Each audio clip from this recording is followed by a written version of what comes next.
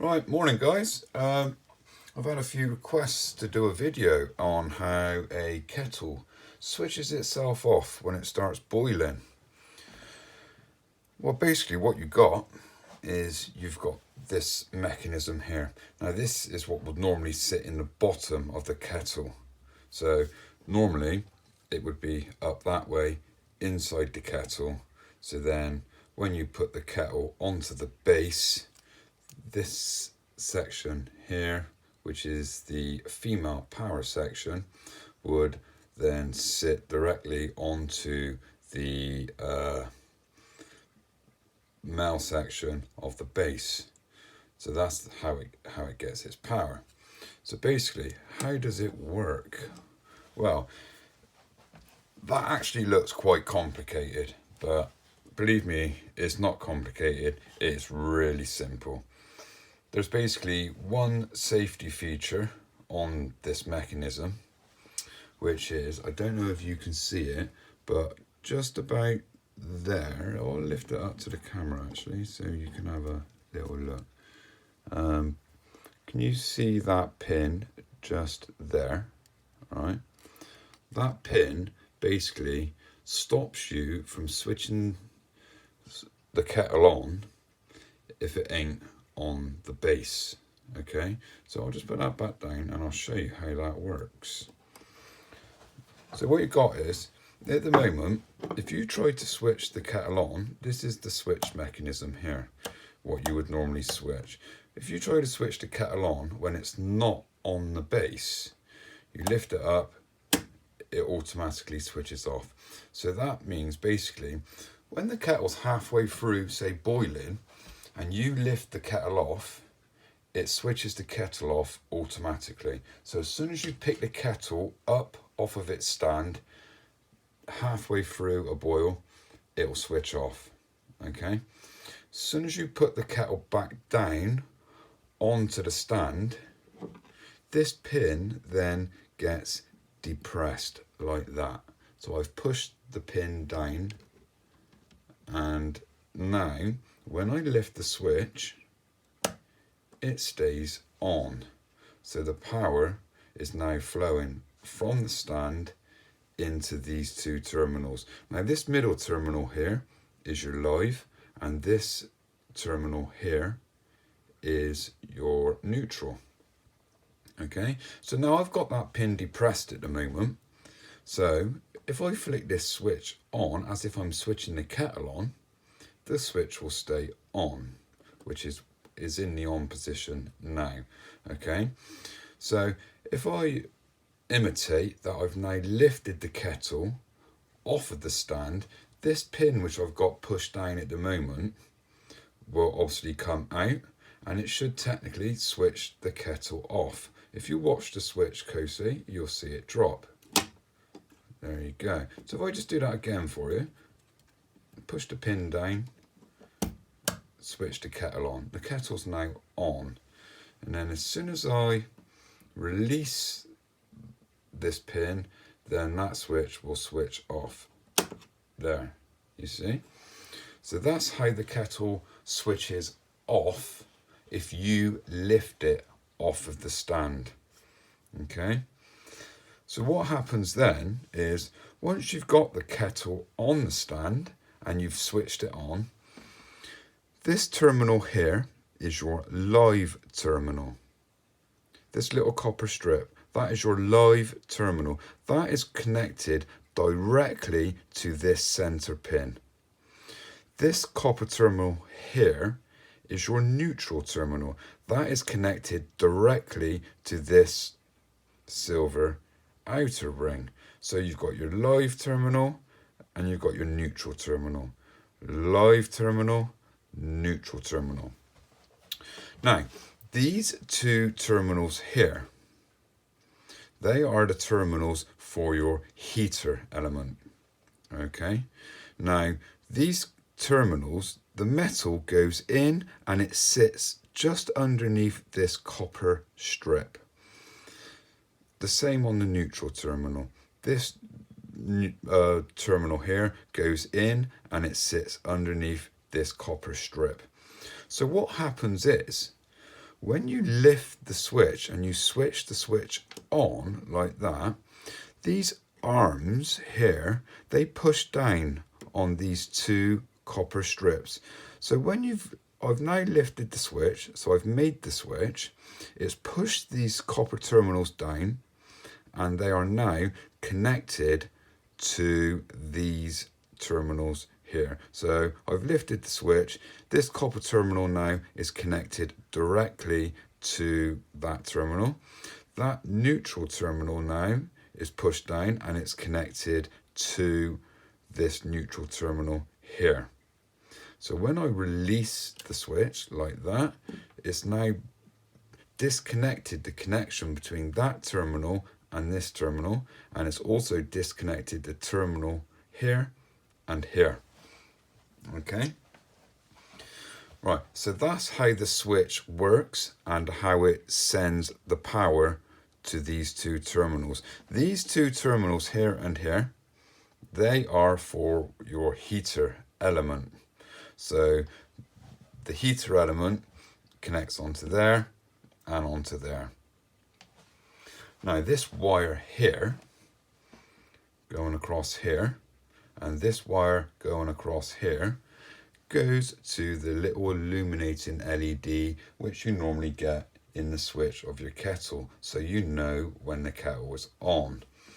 This little plastic bit here is where the LED would sit up inside. This is the actual part which you push down to switch your kettle on.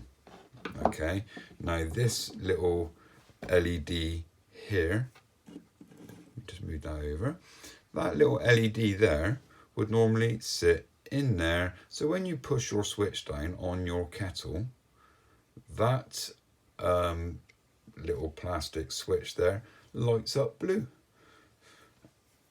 So that's how the LED is connected. It's just basically, as soon as you activate the switch, it sends, so as soon as you push the switch on, it connects these two terminals. This wire is also connected to this terminal, just here and just here. Okay, so as soon as you push the switch down, the power goes through these two terminals, across to these copper terminals.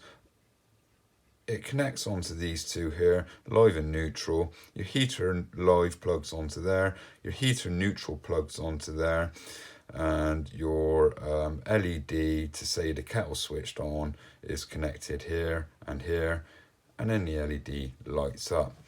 So that's basically what happens when you switch the kettle on. But how does the kettle know when to switch off? Well, this little bit of metal here is called a bimetallic strip. So when the water is cold in the kettle and the kettle is off, that bimetallic strip is flat. When it warms up and it gets to a certain point, in this case boiling, when the temperature of that bimetallic strip reaches 100 degrees, it bends. So if you imagine, right, so I've switched the switch on now and I'm holding it up with my finger because I don't have the pin depressed. I'm holding it up. As I lifted that switch up, a piece of plastic also rises up underneath this bimetallic strip. Okay, so now the kettle is technically on. There's power going to the heater element and the blue LED, so you know it's warming up. When the water warms up and it gets to 100 degrees, there's a little plastic pipe, this piece of plastic here, which sits on the bottom of the kettle. And I'll just show you on the bottom of the kettle where that pipe comes out. If you see that hole there, well, that is a copper pipe, or should I say just a pipe what goes up the inside of the kettle to the top. And if I open it up there, as you can see, this is the pipe coming up and it's just open at the top, just in there it's open. So as the steam is produced from the kettle when it's boiling, let me get a better angle on that. Basically, the steam goes down that pipe, and then as it goes down that pipe, it exits out the bottom there. It then goes, so this little bit of rubber here, this little bit of rubber thing, it sits over that like that, okay? Then the steam comes down through there, and then, so if you imagine that's now sat on the kettle, that then sits on the top of there. I lied, no, sorry, it sits on that bit of plastic there. So it sits on there like that. So the steam now comes down from the kettle, down that silver pipe I just showed you, it travels into there, it goes through there, and as it goes through there, it comes out through this hole, and then it covers the bimetallic strip. Okay, then once the steam gets to a certain point of 100 degrees boiling, that is enough to make the bimetallic strip bend. So when the bimetallic strip bends, it bends inwards and it forces the switch off. So as you can see, there's a bit of plastic just under there, which when you switch the switch on, that bit of plastic comes in contact with the finger of this bimetallic switch, okay? So then as the kettle gets hot, it starts to boil, and then that bimetallic point there pushes downwards, and it forces the switch off, like that. And then once it's done that, once it's forced the switch off, the kettle then turns off, the LED switch turns off due to the mechanism, what I explained earlier about how the power is distributed around the circuit.